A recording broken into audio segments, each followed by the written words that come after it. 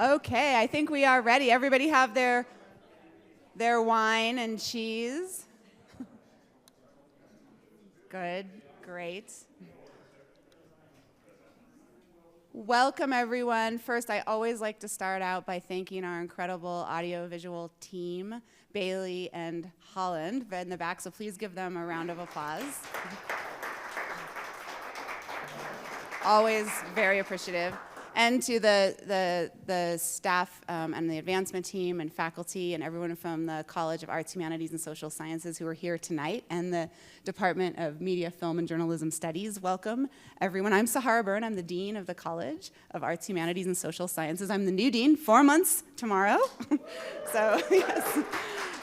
It's been the best 4 months of my life, meeting the incredible people, especially and including those in the Department of Media, Film, and Journalism Studies here at the University of Denver. They impress me every day. And it is my pleasure to welcome you to the 2025 Wolzien Lecture. Welcome all. This lecture series is made possible through the generosity and vision of Tom and Valerie Wolzien, who are sitting right here. Please say hello. Tom and Valerie are University of Denver alumni. They went here. I had the pleasure of meeting with them just before we came here tonight, and I found out that they met here.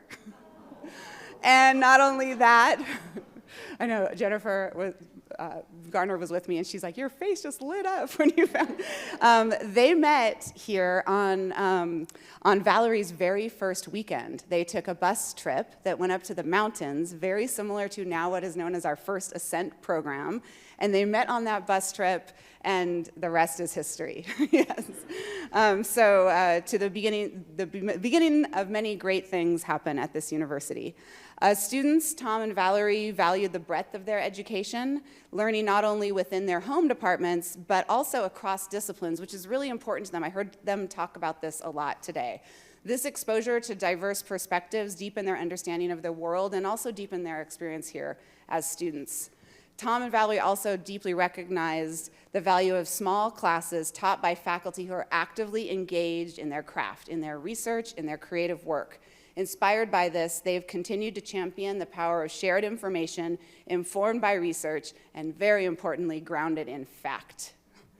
Through the Wolzien visiting professor of the practice position and this annual lecture, the Department of Media, Film, and Journalism Studies has the privilege of welcoming visiting professors to engage with our students, we're going to hear from some of them tonight, and the broader DU community on timely and relevant topics. This professorship ensures that students across campus benefit, not only those in media, film, and journalism studies, but all across the wider student body. Because as we all know, complex problems require all of us to come up with complex solutions.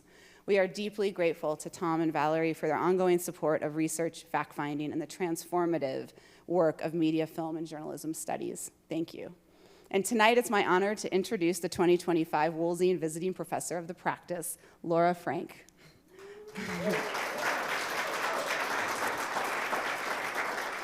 Tom, and not yet. I have a lot more to say about you.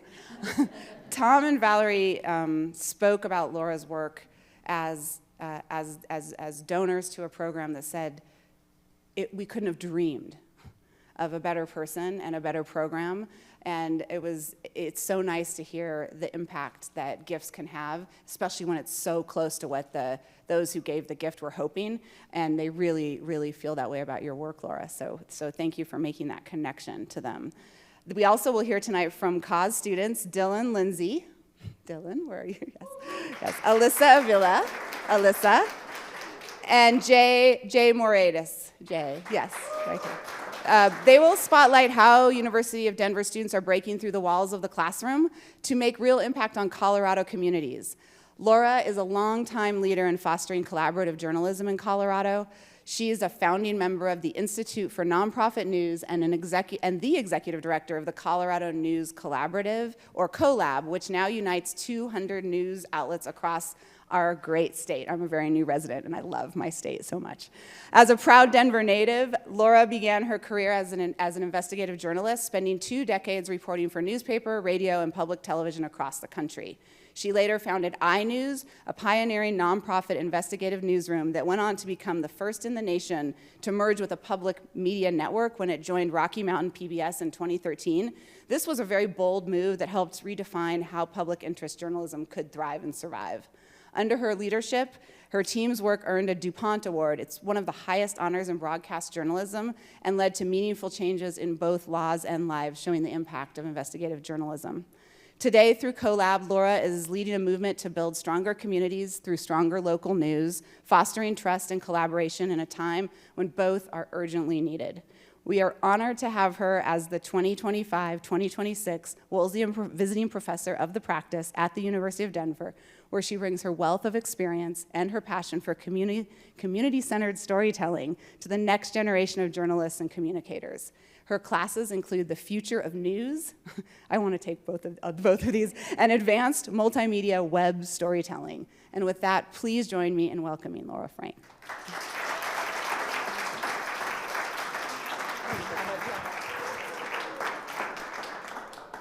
Thank you so much. Ooh, let me turn that one off. Thank you so much, Dean Byrne. Thank you for your kind words and for your leadership.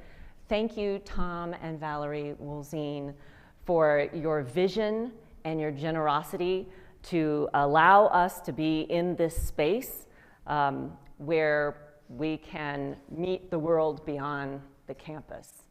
And I have had the privilege of leading CoLab for 5 years, and I would like to recognize our board members who are joining us here and remotely: Jean Townsend, Tim Regan-Porter, Judy Muller, Tina Griego, and Myung-Ok Kim. Thank you for your, thank you for your dedication to better news for all Coloradans. Also, CoLab couldn't function without our administrative director, Allison Cooper. Thank you. Yes. At DU, the Wolzien Lecture is where academic inquiry, innovation, and public purpose intersect. And tonight, the topic sits very squarely at that intersection: how a university's curiosity and civic mission can strengthen the systems of information that keep democracy working. So let's get started. I'm excited for you to hear from these folks. We all know what it feels like when a community is connected, when we understand what's happening in our schools, our neighborhoods, our businesses, our local government. That's what local news does at its best. It informs, yes, but it also helps us belong. As our nation turns 250 and our great state turns 150, this is a moment to rebuild that sense of belonging and connection. From the eastern plains to the western slope, that connection, that sense that we are all part of something larger, will always be our greatest strength. The media landscape, however, is changing rapidly. This year, for the first time ever, as you can see on this chart, social media has surpassed television as the top way Americans get their news. And you can see what's happening to TV, print, and even websites. They're headed downhill. And AI, at the bottom of the chart today, won't stay there. It's going to rapidly rise. Americans say they're not short on news. You feel like it's coming at you from everywhere. What's missing is trustworthy, factual news. But tonight is not a lecture about what's missing. It's about what's possible. When we stop lamenting what's wrong with local news and start asking, what resources do we already have to strengthen it together? We can uncover something powerful. Our local outlets aren't short on commitment or creativity. They're short on capacity. Too many are fried from doing too much with too little, and frozen, kind of like my slides, frozen by the lack of time and hands that make innovation possible. CoLab's most recent survey found the median number of people producing stories at the typical Colorado news outlet is just 1.35, 1 1/3 person, with one person only doing everything else that a news organization needs to run. And by the way, that's worse than last year. I described this as fried and frozen in my last Wolzien lecture about 10 months ago. But tonight, I am thrilled to share what's happened since then. We began experimenting with a new kind of collaboration, and what we found surprised us. We found a way to bring new energy, new ideas, and new hands to the table. It is called the Match Lab. Match stands for Media, Academia, and Talent Collaborating to Help. Students, mentors, and local outlets working side by side to make community information stronger, faster, and more sustainable. Kind of sounds like the $6 Million Man. We can rebuild news. We're pairing students and professors with certified business mentors from SCORE, that's the Senior Corps of Retired Executives, and matching them with local outlets to solve real challenges. And it's working.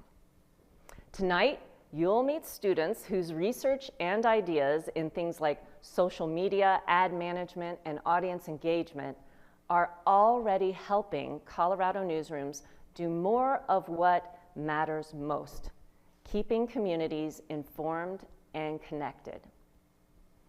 First, let's step back. This challenge is bigger than any one news outlet, and it's more fixable than most people would think.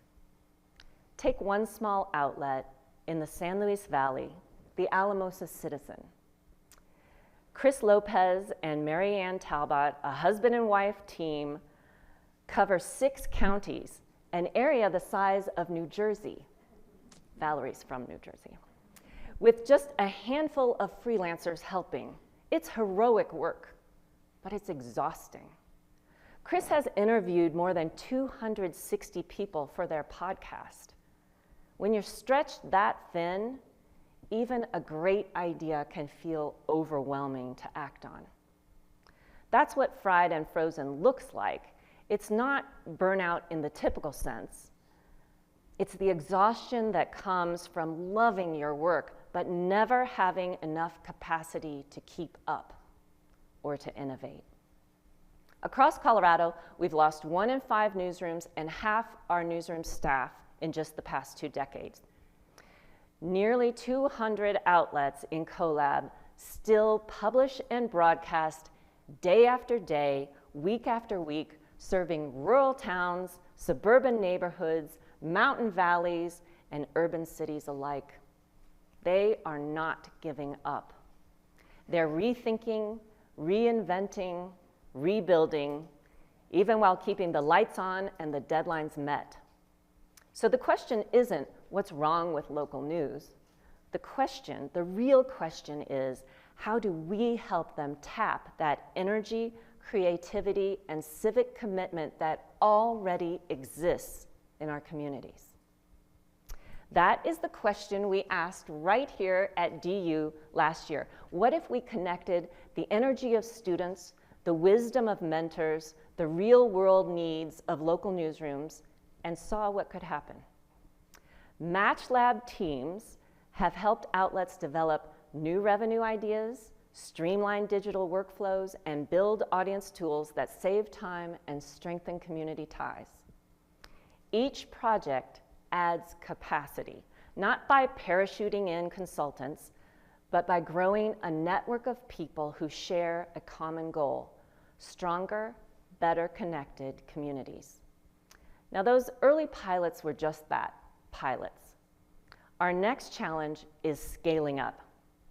We already have more than 24 colleges wanting to find a way to participate in the Match Labs, and many more news outlets than that who are eager for help. And tonight, For the first time publicly, I can share some exciting news. One of Colorado's most experienced news operations leaders is joining CoLab to help us expand MatchLab statewide. Linda Carpio-Shapley, she's here tonight. Thank you, yes. She led operations for the Denver Post and the Colorado Trust for Local News, where she led 24 local news organizations. She served in academia at Colorado State University, so she can navigate and bridge these worlds. We are thrilled to have her joining us. When you think about it, this is exactly what the University of Denver was built for, connecting knowledge to community impact. It's also exactly what CoLab was designed to do, strengthen local news through collaboration. Our partners at SCORE lend their business expertise. The Wolzien family helped spark the idea that higher education could become an engine of innovation for local journalism. And it all depends on students, professors, mentors, and newsroom leaders who roll up their sleeves and say yes. And it depends on all of us. This is a we project. Everyone in this room is part of the same civic ecosystem, that flow of information that helps communities make decisions and move forward. You don't have to be a reporter or a professor to take part. If you watch, read, share, question, or support your local news in any way, you're already strengthening the network that keeps Colorado connected. If you're not, then start today. Imagine if every community in Colorado could have a MatchLab team. If every challenge a news organization faces, from digital workflows to audience trust, turned into a hands-on learning opportunity for students and mentors. Imagine higher education, local business expertise, and civic life braided together, each strengthening the other. That is not a far-off dream. It's happening in Alamosa and beyond. Students are learning how local democracy works from the inside out. Mentors are rediscovering the joy of helping the next generation. Newsrooms are gaining the capacity to do more of what matters most, informing and connecting their communities. When local news works, communities work better. Parents know what's happening in schools, small businesses find customers, people understand the decisions shaping their towns. That's what MatchLab is all about. It's not saving something that's broken. It's building something that will serve us all better. Tonight, you'll hear from 3 students who turned ideas into impact. Each joined a team that took on a real challenge facing a Colorado newsroom and built something tangible to address it. Their work is impressive, but more importantly, it's hopeful. Proof that when we connect learning to community need, everybody benefits. Please join me in welcoming our MatchLab presenters. First, Dylan Lindsay. He's a senior majoring in political science and strategic communications with a minor in leadership studies. And by the way, he runs his own business, a communications and photography business. Jay Moretas is a senior double majoring in strategic communications and Spanish, now interning with El Comercio de Colorado, a job he got, by the way, because of his work with the MatchLab. He was offered it on the spot the last time he was talking about this. Who knows what will happen tonight?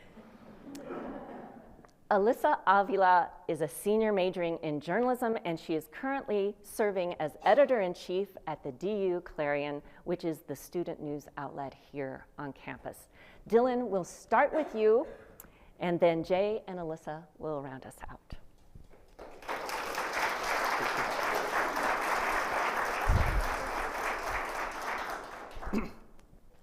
Thank you, Laura. Hello all, my name is Dylan Lindsay, and as Laura mentioned, I'm a double major in political science and strategic communications. I also was fortunate enough to be a participant in the Spring 2025 Strategic Seminar, which is the Strategic Communications Capstone, which was taught by Erica Poulsen and adapted to be a match lab supporting the Sentinel as a student-driven public relations agency. It was a long process that we squeezed into 10 weeks, originally tasked by the Sentinel with leading and redeveloping their fundraising campaign. They came in with a lofty goal of raising $100,000 in just 6 months, with a recurring $50,000 in promised future and ongoing donations. So we split into teams of 3 or 4, did a communications analysis, which included a survey to all of their members and their current newspaper subscribers. It also included a deep dive into the existing communications they had put together, looking at their website, their social media, and how they were connecting with the community. We took this and drafted proposals, which is something any PR firm is doing when they're going out for work. We put together exactly what our plan would be and how we wanted to implement it. We then had the opportunity, in that second left photo, to travel to the newsroom in Aurora as a class and present to the editor, Dave Perry, as well as some members of their board. It was an incredible experience and an opportunity to get outside of the classroom while learning what they actually needed. After that, we received the feedback that they needed a little bit more help, and maybe a $100,000 campaign was a little bit lofty given their current communication strategies. So we refined our campaign. We combined 4 different proposals together, pulling elements from each of them, and came together as a class to create a new, ready-to-run campaign. Not only did this campaign include guidelines for how to go about doing things, it also had already built newsletter templates, a brand new brand guide and logo kit, as well as a social media strategy, which paired with the post pantry Alyssa will introduce, and an intern job description that was used to hire an intern working at the Sentinel right now. And the benefits didn't stop there. For students, it gave us simulated agency experience, which now, not only running my own business, but also working for a PR firm downtown, I can tell you is realistic. It gave us an opportunity to work on projects with community impact and help support a local newsroom. It also gave us portfolio experience. That campaign pitch that you saw on the first slide is a huge part of my campaign today and something that I'm offering when I meet with prospective clients. They also proved applicability in everything that we've learned. I had the opportunity earlier this week to call my good friend Rachel Patton, who was on my team for a proposal, and I asked her what the most meaningful part of the Match Lab was for her. Now, Rachel has no interest in going into journalism, or even PR for that matter. She's at law school at Drexel. But she said that it was an incredible opportunity to bring together everything that she has learned and really see it come together and come to fruition. It also gave her experience engaging with clients with changing needs, which is something she's going to need in the future. And it kind of reiterated to me that regardless of where you end up, these opportunities to get real-world experience in any field are incredibly valuable. For the Sentinel, having 20 on, I think it was a 16-person class, young people come in and give feedback on your brand is how you stay alive. It had fresh ideas and fresh blood for free or low-cost communications. We didn't charge them anything. All we needed was a little bit of their time to pitch our proposals, get a little bit of feedback with them, ask them questions, and eventually share our project proposal. We invested thousands of hours into their communications, which Dave accounted was more than they ever could have asked for or afforded. And we allowed them to improve engagement, hire an intern, continue running a newsroom without having to stress about a major PR campaign. The Match Lab was an incredible opportunity, and it's something that I will be taking away with me from DU for years in the future. So I wanted to thank you all for being here, for caring about local journalism and the student experience in higher education. Thank you to the Wolziens for believing in the experience of the Match Lab and the opportunities that it can provide.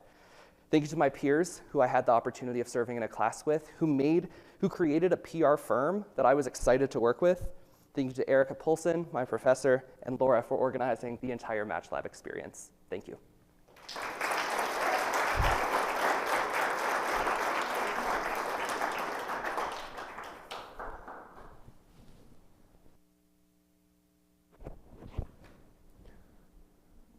Thank you to both Dylan and Laura. My name is Jay Moratis. I am a major here in strategic communication and Spanish.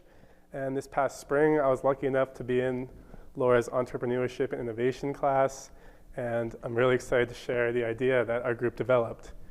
It's called Reimagining Ad Management, and it was created originally to tackle two major challenges that newsrooms are facing. One of them being that 43% of media outlets saw a revenue decrease in 2024. Obviously, all media outlets need revenue to operate, and this lack of revenue means that they can't hire as many staff or journalists, and those staff or journalists that they do have then now has more work. The second challenge is there's only one person on average per newsroom dedicated to the business side of things. This includes advertising sales, subscriptions, fundraising, marketing, and more. And this mismatch leads to a burnout that we saw with Brittany from CME. So what our team came up with was a collaboration. Here is Brittany. She is the director of the Colorado Ethnic Media Exchange, which is made up of 12 small ethnic media outlets. And she was kind enough to give us her tracker here with potential clients, include Excel, Denver Art Museum, some high-profile Denver clients. And our goal was to create mock-ups for Brittany to take into meetings with these potential advertisers and give her something that's actually tangible to take in and show them as opposed to some ideas. So these are some of the mock-ups we created. They took just a few minutes using AI once we figured out which prompt to use. And we then curated them a little bit if we needed to using Canva. And the idea here is that Brittany sees our ads, we share them with her via a shared folder, and she takes them to these meetings with the potential ad sales, and they either say, hey, we love this, and she sells it, that's the goal, or she brings it back to us and says, hey, they actually want this, and we give her a new mock-up to take to the meeting and hopefully sell, and we repeat this as many times as we need to sell the ad. But so how it all comes together is once she hopefully sell these ads, she'll upload them to a platform called BroadStreet, which displays one ad across 12 partner media sites. And it's a clickable ad, takes you straight to the advertiser's website. And I actually learned from Laura last week that from this project, it's opened up around $200,000 of potential ad sales that had gone cold.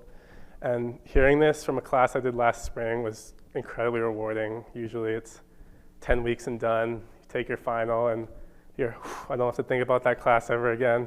But for this one, I actually really wanted to hear about this class, and this news was extremely rewarding, like I said. And thank you guys all. Next, you'll hear from Melissa.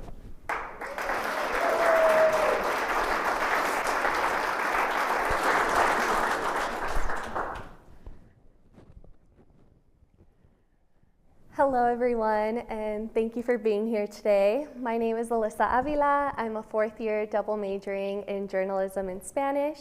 I am also the editor-in-chief of The Clarion, our undergraduate student newspaper, which there are copies outside if you want to take a look and do our crossword. It's very fun. I am so excited to be here with all of you and to introduce you to the Post Pantry, a powerful resource designed to help newsrooms create AI-enhanced, high-impact social media content quickly and efficiently. Now, in the spring, our class learned about the challenges the industry is currently facing in terms of translating their published content into social media posts. So our class came up with the solution of creating a Post Pantry. Now, I'm sure you're all wondering, what exactly is a Post Pantry?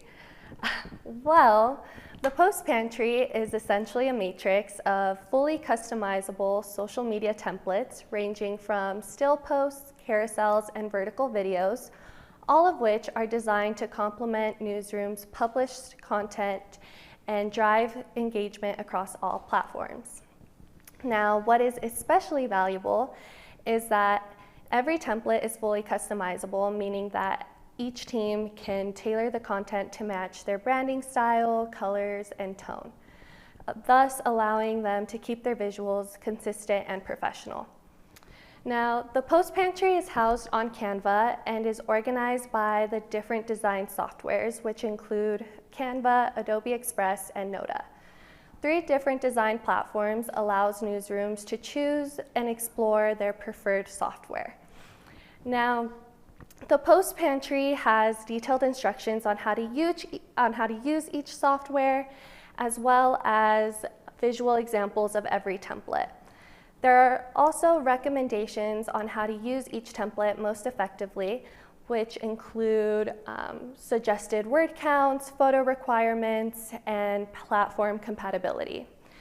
Now, the Post Pantry is intended to be informative but also digestible, so it was really important for us to strike that balance, but also make sure that it's user-friendly and easy to use.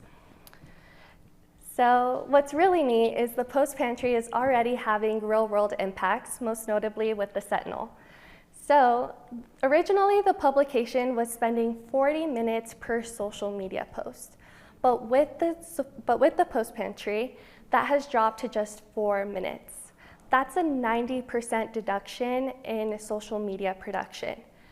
And what that has allowed the publication to do is use their extra time to launch a TikTok channel, a goal they have had for a very long time. They're using Post Pantry templates on there too, and while they have not had an official public launch, they're already garnering thousands of new viewers who they say probably never would have read their paper or visited their site.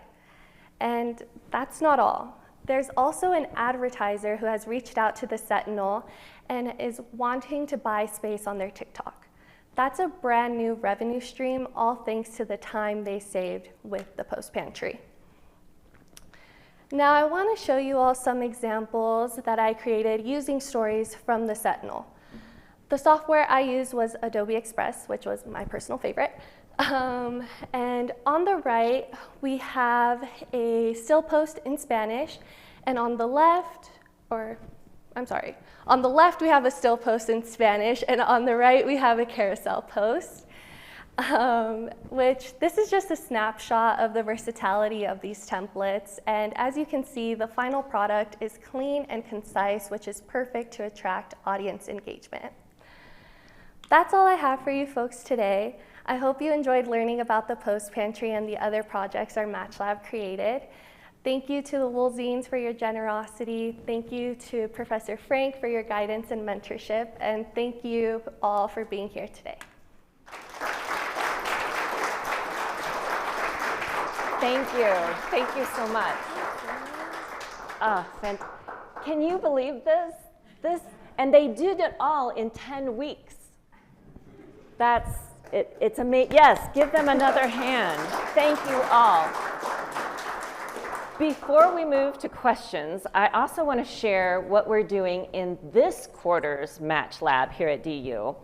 The students are researching and developing community engagement programs designed to strengthen the connection between news outlets and the communities they serve. And in the coming year, we will work with 17 news outlets in 9 different towns communities across Colorado, and we'll give them support in showing the links that these people go to serve their communities, to be those trusted sources of news.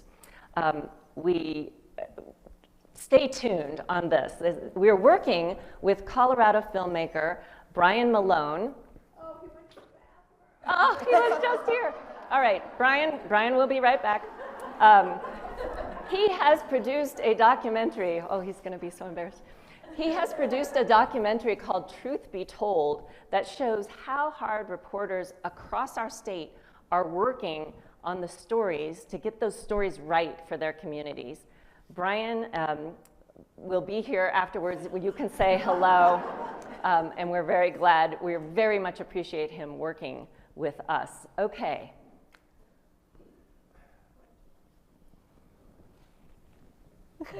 Whoops, the wrong way.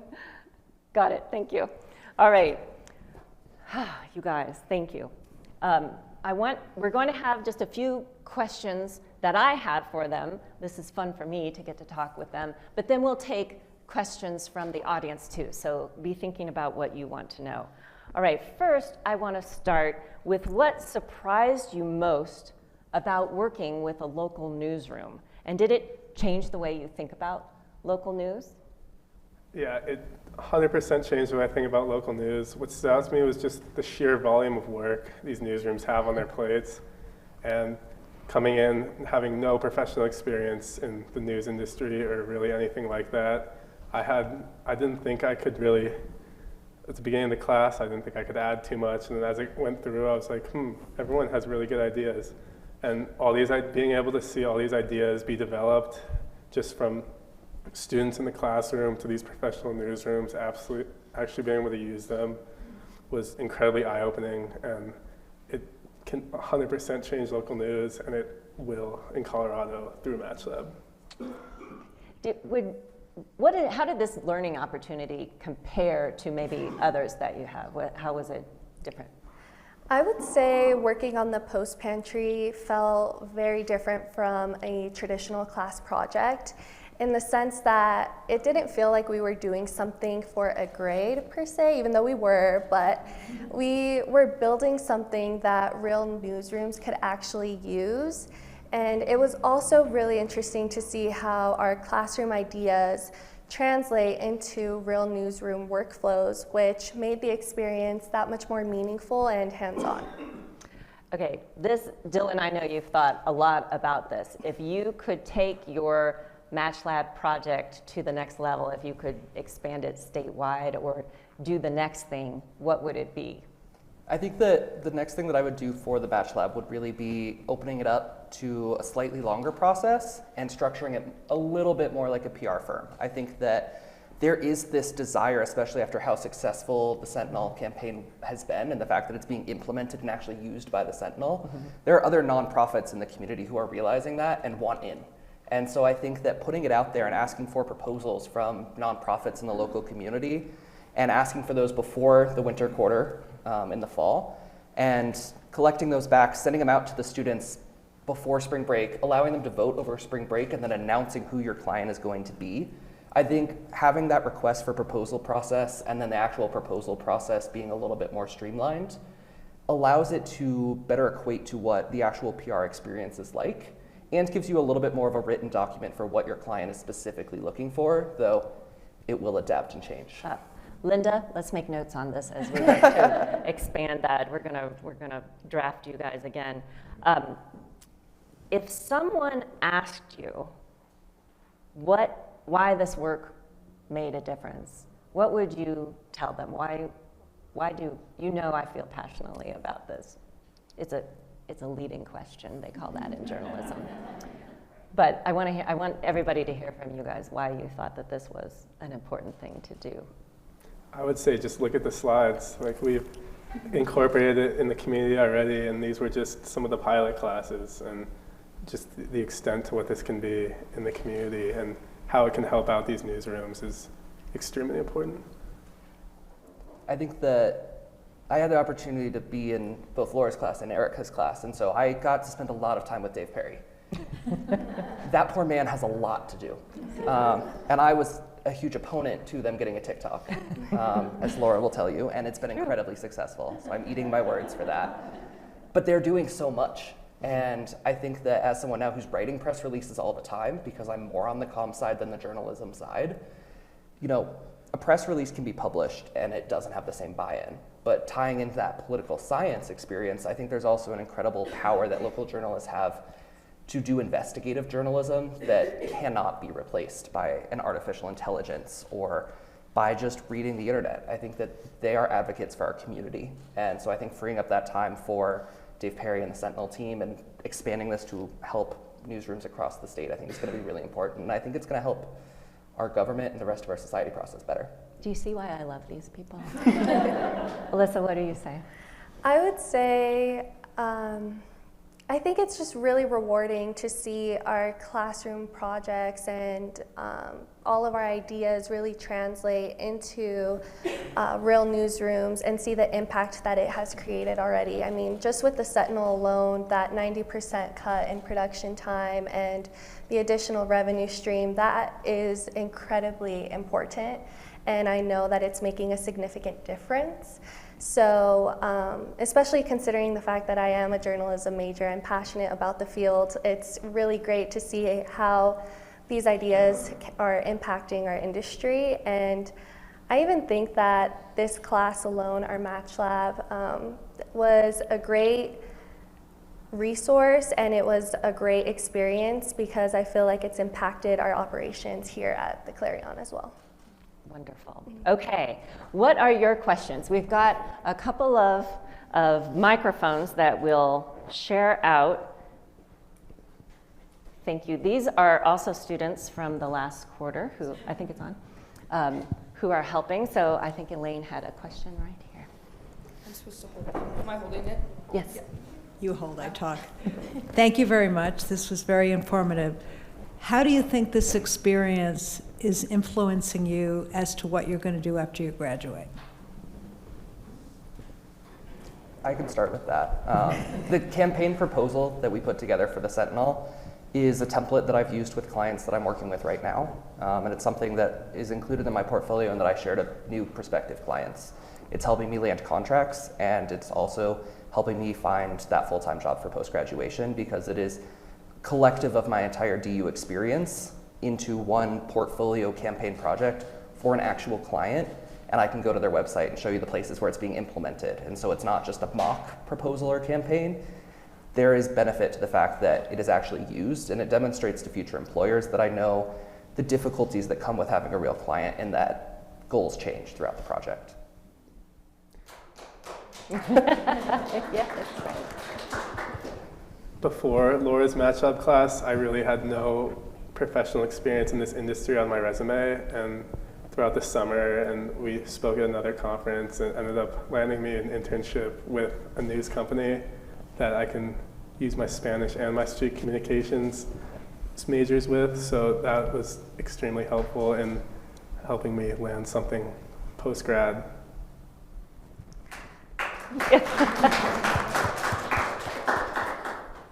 I would say now that I'm thinking about what I'm going to do post-grad, because it's approaching much faster than I would like, but thinking of local journalism and the local outlets I grew up with. I'm from the Denver area, so I love reading the Denver North Star, and just thinking about the impact that local journalism has on our communities. I feel like it's really the only kind of journalism that knows the communities that it serves. And I think with ideas like the Post Pantry, while they may seem small, they help journalists, or they give journalists more time to do what they do best, which is tell the stories that are shaping their communities.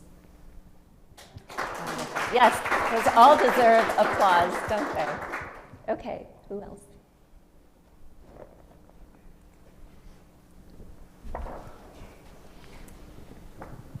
Thank you. So my father was a newspaper man, worked for a publishing company, the Rocky Mountain News in Denver, and he was a real believer that the newspaper industry was the fourth arm of government, that it had a responsibility to the community to report news factually.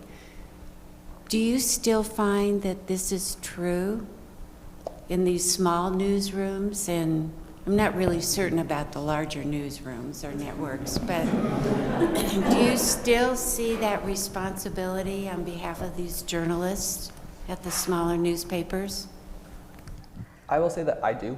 I've had the opportunity to work with the Aurora Fire Department, who is in the Aurora Sentinels area, and they're very familiar with Dave Perry, and have a lot of mutual respect, because it goes both ways of, politics and government officials require newsrooms to help with the dissemination of information. And especially in public safety, it's really important with how they get messages out. And so I think that it helps them, and it also holds them accountable to how they respond to different issues. And I don't know how small of a newsroom you consider him, especially with the Nexstar acquisition happening right now, but Kyle Clark broke the story really about the cost of the governor's bridge, if any of you remember that. It started out $180 million, ended up being $300 million. I got to be at a panel with him last week, and hearing the story of how that was broken as a story and the impact that it had, to where this $300 million project ended up going to a public poll that the governor shared that got 96% of Coloradans, the most unified poll in 2025, voting that they didn't support this bridge construction. I think that that is probably a huge feather in his cap for the impact that local journalism has had. It saved Coloradans that money. And I think that even though we saw the governor position himself to where if they go forward with constructing that bridge, he'll handcuff himself to it. You know, he was the one that wanted to build the bridge. And I did work for him all last spring. I think that that story, for me, is one that I'm taking away, and one that really highlights the impact that journalism has to holding our government officials accountable. And Nancy, I have a treat for you. Brian Malone is back in the room. On November 9th on Channel 20, Brian's film, Truth Be Told, is going to air, and you will get a peek behind the curtain at the links that journalists across Colorado are going to try to do just what your dad was talking about. And I Your dad, Angelo.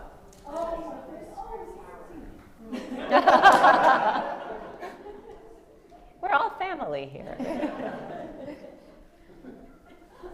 No, you don't have to be sorry. Sorry at all. So mark November 9th, Channel 20. What time do we know, Brian?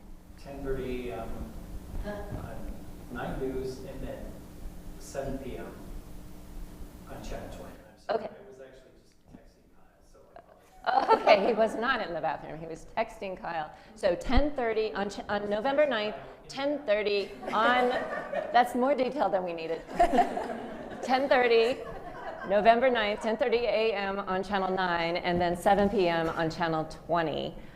You will see this. And then you can go to collabnews.co and watch as we schedule the other viewings, the other screenings that will be live in person at 9 different communities around the state. So keep a close eye. But this is exactly the kind of question that the current Match Lab is addressing. People want to know what is happening and how do I know I can trust the information that I'm getting from my local news source. So you've raised a big issue, and it's one that we're working on in the Match Lab. I think that we are about to close out our night, correct? Does anyone have one last question that we'd like to? Two more. Two questions. Okay.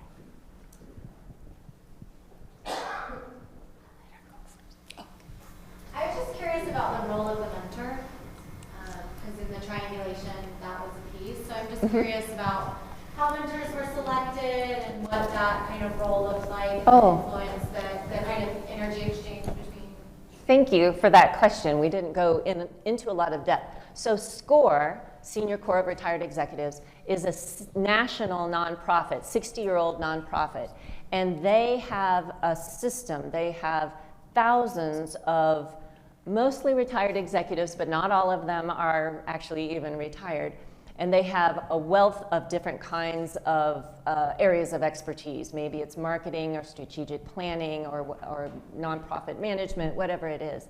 And then we look at whether the Match Lab has a challenge that requires that kind of expertise to come in. So the Post Pantry did not, but the ad management, reimagining ad management did. So we brought in a number, actually 3 mentors from SCORE to help Brittany Wingfield look at strategically how to develop CME, the Colorado Ethnic Media Exchange, how to develop it and how to set it on the course that it's on now. So sometimes they will be needed and sometimes they won't. Sometimes we'll need more than one, but all of that is managed by SCORE. which has been working closely with a small business development corporation, and their funding is questionable right now, but so far we've still been able to keep moving forward. One last one. Thank you all so much for these presentations. As one of the faculty in the Media, Film, and Journalism Studies department, I just want to say that I'm incredibly proud of all of you for all the work that you have done. And one thing that strikes me is how this project has helped you to connect the dots among many different classes that you've been taking at GU, which is wonderful. That's what we want. So my question to you is, you've already talked about the great professional experience you've gotten and how that translates into career opportunities, but I'd love to hear from each of you, what did you learn about yourself as a person through these experiences with MatchLab? Oh, good question. Yeah. Who wants to take it first? All right, we'll go down the line. I can go first. That's a really good question. I think I learned how to seek constructive feedback. Especially when we're creating these templates, there was a lot of trial and error, and Laura was a great help in fine tweaking some of our errors, even if it was something as simple as like, this line shouldn't be here, it's too distracting. Like, that feedback was very, very instrumental in creating a final product that I could be proud of and that I'm sure my peers could be proud of as well. So it was seeking the feedback and wanting to know how I can do better and how I can be better. Aside from all the fun stuff of working in a group of 5 and who does things and who doesn't, figuring that part out, the part of just being able to develop, the class was called Entrepreneurship and Innovation, and just going through a process of developing an idea was something I learned how to do, and how it takes many steps of refining that idea. Our first idea in slide deck was nowhere really close to this final idea, and the amount of iterations we took throughout was an eye-opening thing that I can now put to my other work in my other classes. And also just public speaking. These public speaking events have helped as well. Before Dylan goes, I want to say that Valerie and Tom would come and speak to our classes, and Valerie's message about iteration, she's an author, you probably know, was so valuable. Thank you for delivering that. It really took root in the way that we approached the class. Okay, Dylan. Yeah, I think for me, focusing mostly on Erica's class, it was a learning opportunity in the amount of work that I can take on, and that is appropriate for me to take on. The way that the class was supposed to work was that we would deliver 4 proposals and they would pick one, and then the students from that group would lead the rest of us through implementing that campaign. That was not the case. We chose bits and pieces from all of them, which was the Sentinel's request. And so it was a struggle. There wasn't a lot of, there were points where there wasn't direction and we didn't know what we were gonna do. And that's just part of working with a real client. And so I think it gave me a real lesson in navigating change and uncertainty. I also did the final design for the brand kit at the same time that I was in your class and working on my paper. Incredible experience. There were a lot of late nights. And I learned so much through it. And it was kind of a fun opportunity to engage the design part of my brain with the very analytical research side of my brain. But I think that just being mindful of, how to engage a team, and Adobe's not necessarily a creative or collaborative platform. It's hard to share it in design files. And so that was a struggle, and I had really advocated that our final thing should be on Adobe because I wanted it to look polished and clean. But that meant that a lot of the weight was on me. And so I think realizing those sacrifices that you have to make for maybe a less ideal looking document to work in, Express or Canva or a more collaborative platform, is something that has really stuck with me and that I've chewed with a lot since that, is where to make those sacrifices to create a better end product. Okay, last one, Elaine, last one. The 3 of you, each of you, are you come across with such self-confidence. You're great public speakers. You just seem really comfortable in your own skin. How did you get that way?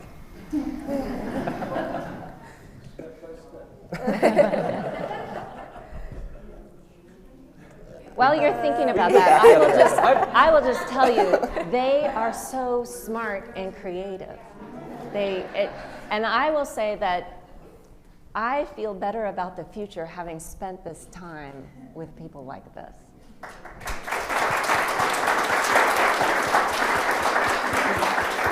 right. You can add or not add, whatever you want. So my parents are here, if you weren't aware. Where are they? Where are they? And grandparents. Please say hello.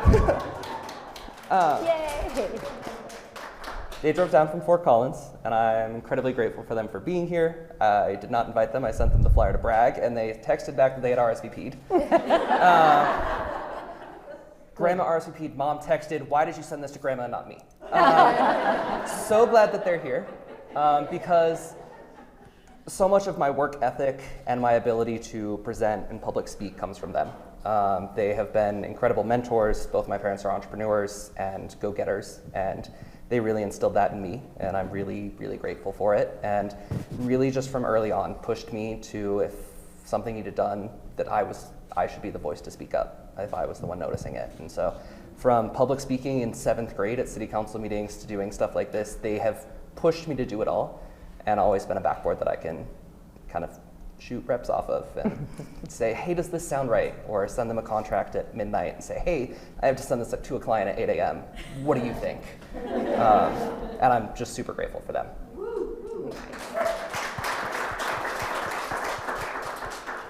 That's hard to follow. That is hard to follow, yes. Your parents are also here. Yeah, my mom's here. And Where are you, Mom? So I definitely do think that I also got a lot of my self-confidence and my work ethic from my family, especially being a first-gen college student. It's something that I've always strived to make them proud. And I feel like when it comes to public speaking, it's not something that is abnormal for me. I feel like I've always been in some situation where I've had to do public speaking, whether it was in high school with mock trial or even now in college. So I've gotten comfortable with it and comfortable being uncomfortable, if that makes sense. My parents are not here, but I know they'll watch the video, so love you, Mom and Dad. But growing up, I played a lot of sports, and I would always get nervous before big games, and my parents would just tell me, like, go out there and be yourself, because you know how to play and you've been doing it your whole life. So that's kind of what I was coming into this talk saying to myself, just be myself, like, go up there and talk as myself and don't try and be something I'm not. So, yeah.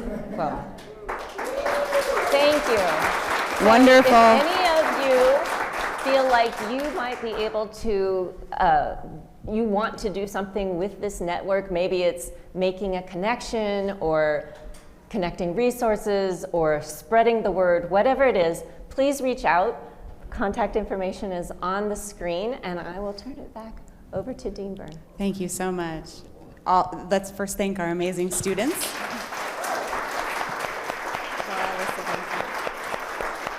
And to Laura Frank for leading this incredible project. To the Wolziens for supporting. I think that one of the things I hope we get out of this is to trust youth, to trust our coming up generation. The 60s youth weren't loved. The 70s youth were thought, The 80s youth, that was me. They were like, you don't care about anything. The 90s, it's a continual criticism against the youth of any moment. The youth today are incredible. We can trust you. We're so happy to be just here in your service, helping you achieve these dreams that you have. And thank you to all in the room and to the faculty. And let me just acknowledge the faculty of Media, Film, and Journalism Studies who are here supporting this event tonight. This is an incredible department. I come from another place 4 months ago that you could not major across Spanish and strategic communication because it would have been budgetarily difficult to do so. At the University of Denver, we do not create obstacles for students. We open opportunities for students.